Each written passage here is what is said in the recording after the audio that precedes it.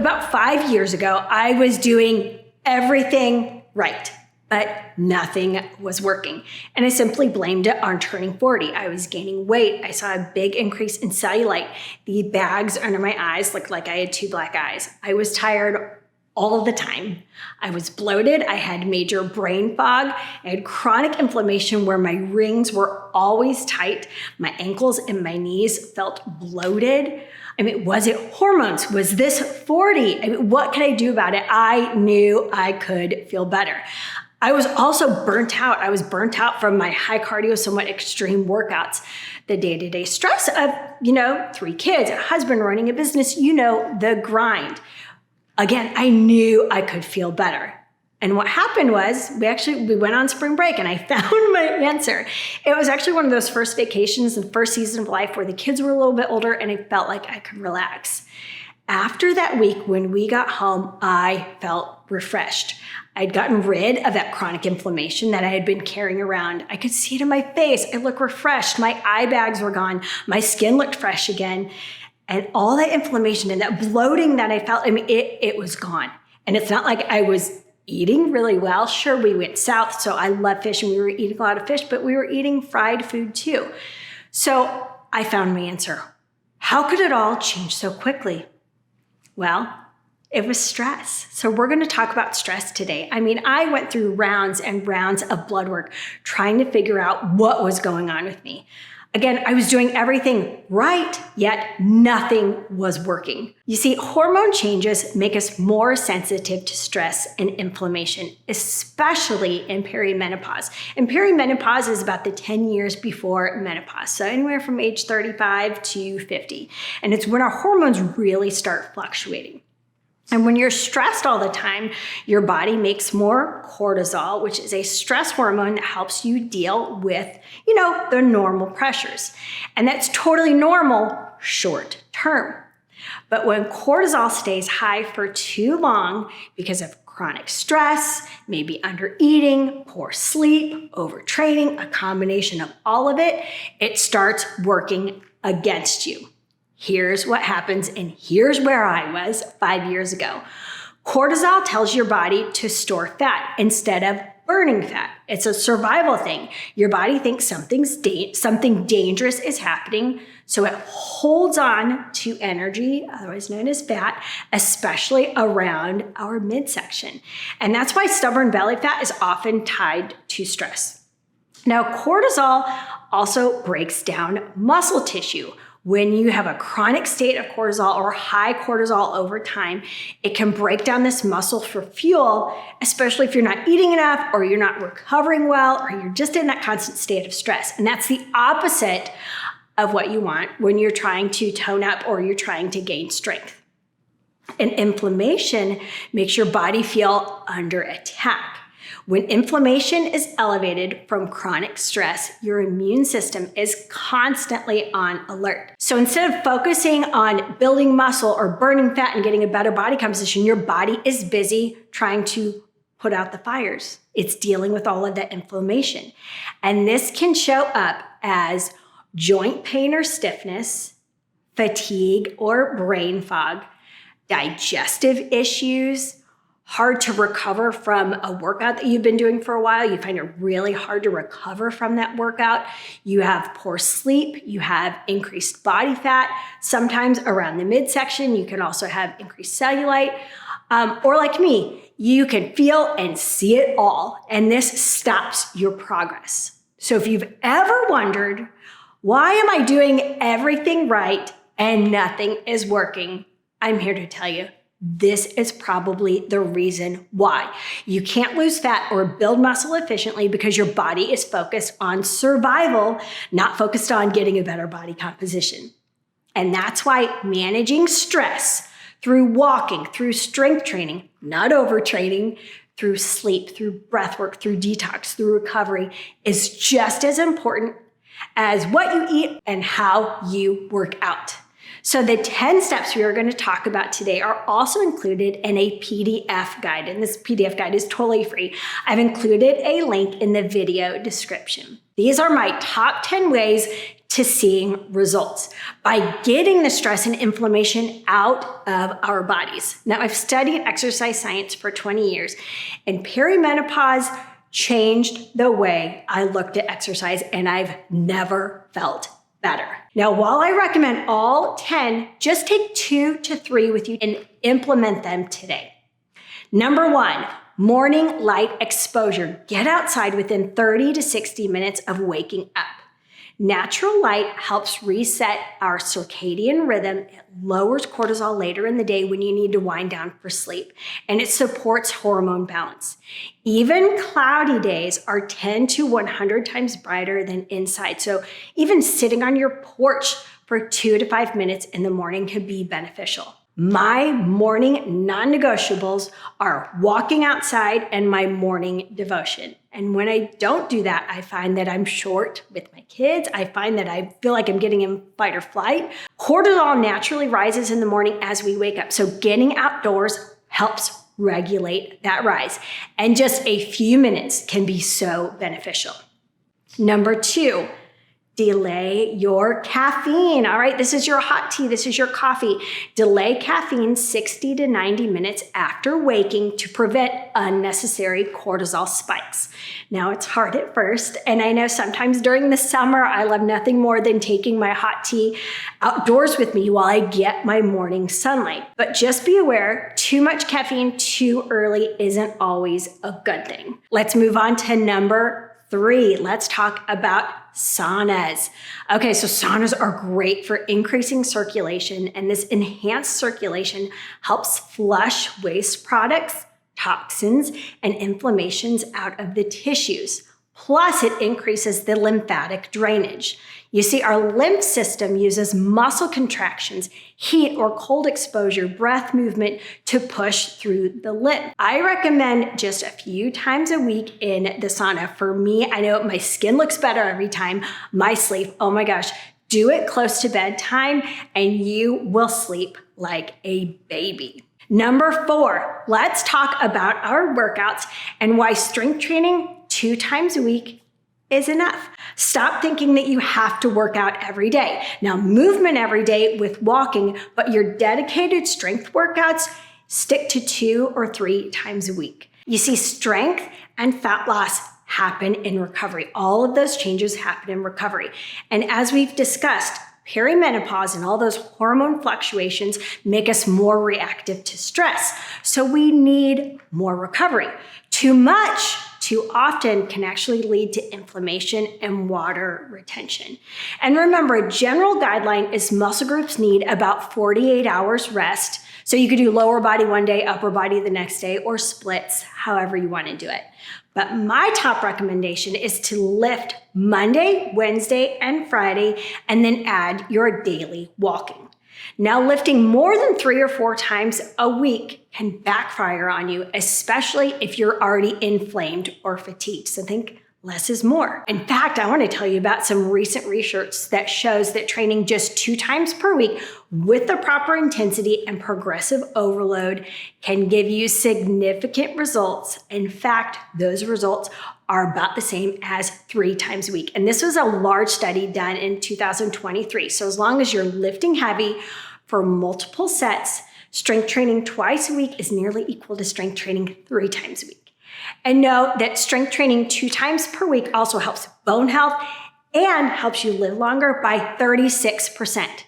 So stop stressing over, I need to work out every day, and do what you can to be consistent. And this might mean 2 times a week, 3 times a week, maybe you prefer 4 times a week. In our weekly schedule, we offer all of those options, and then you decide what works best for your body, which could be different from season to season. Number 5, breath work. Oh, breath work. Okay, breath work regulates your nervous system. So your nervous system, your parasympathetic nervous system, this is your rest and digest. It's the opposite of fight or flight, which I feel like we spend a lot of time in.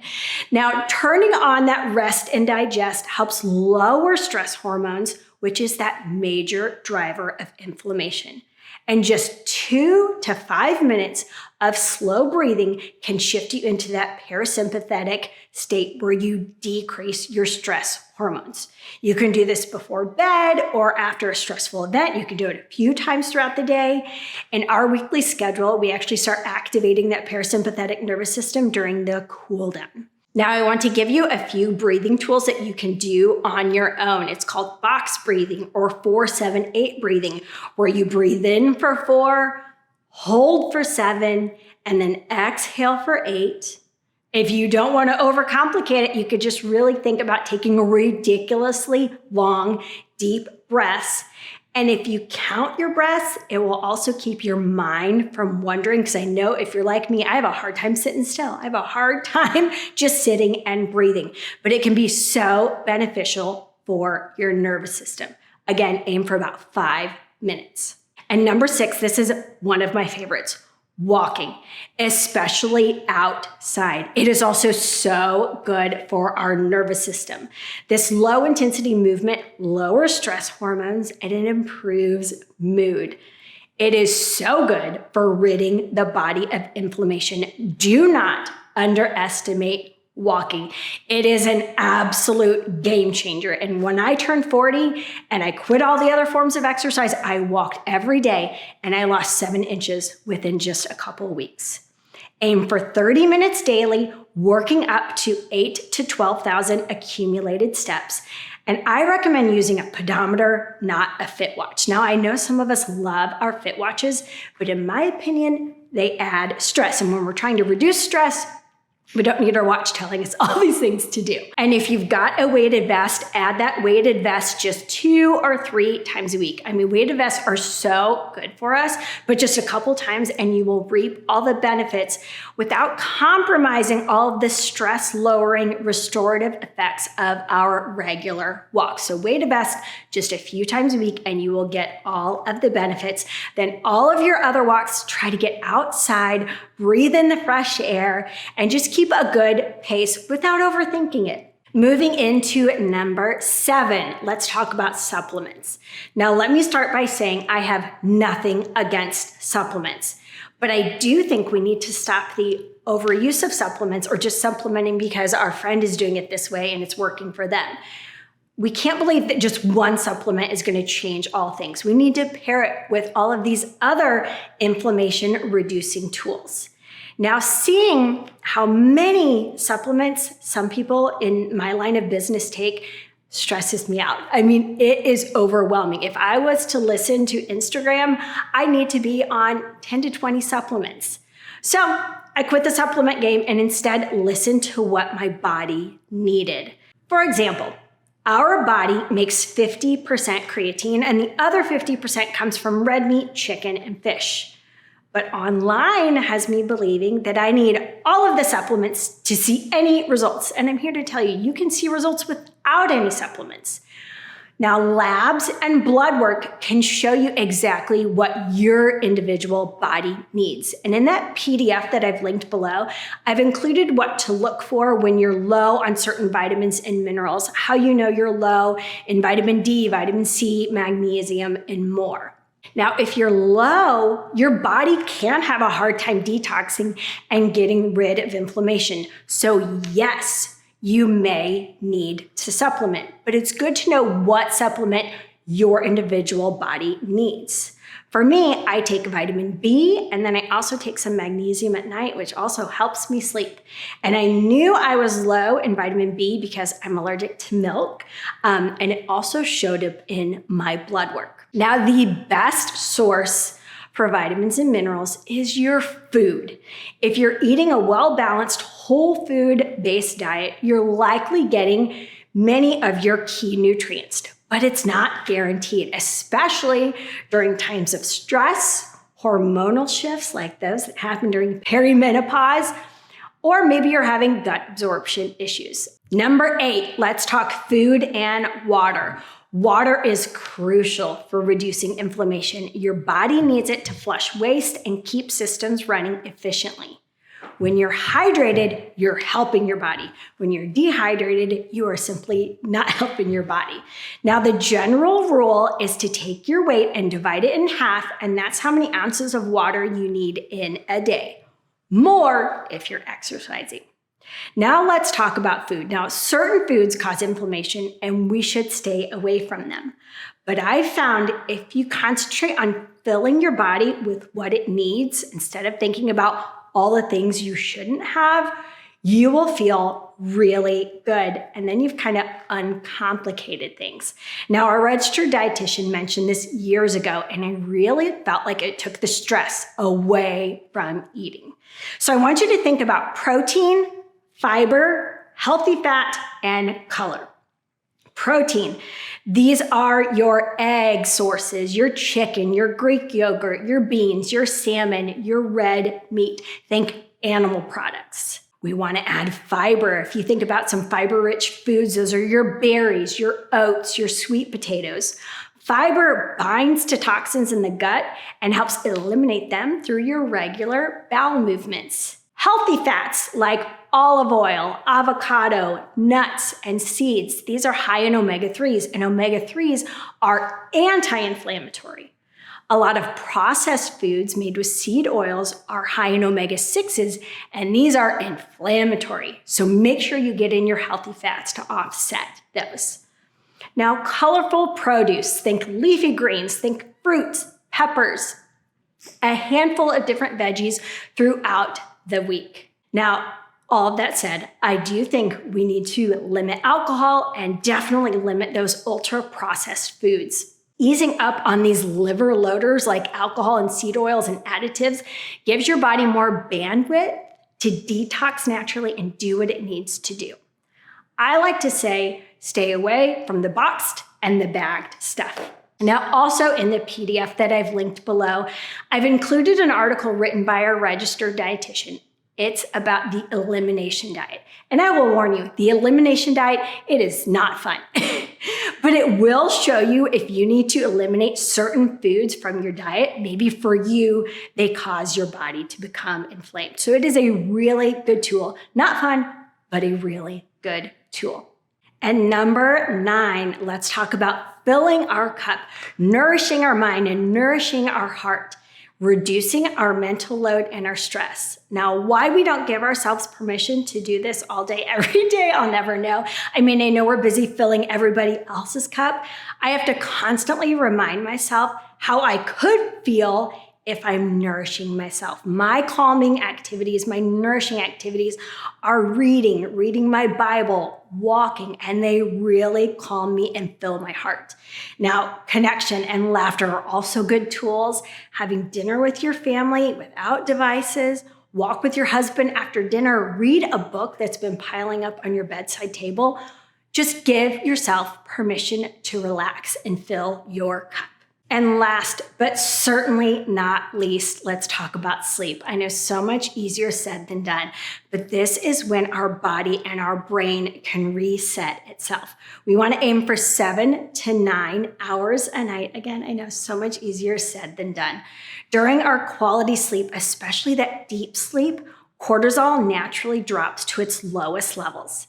This overnight drop allows your body to reset your stress response, helping you wake up calmer and more resilient. Now, poor sleep equals a higher baseline cortisol, which keeps you in a chronic state of fight or flight, and that fuels that inflammation. So deep, uninterrupted sleep helps slow your heart rate, improve digestion, and calm the inflammatory response that's triggered during stress. So do not underestimate sleep. Do not underestimate it. Now, I've given you a list of 10 things to reduce our stress, reduce our inflammation, and I don't expect that you're going to implement all of them today, but there are 2 that I highly recommend you start today, and that is your breath work and your outdoor walking.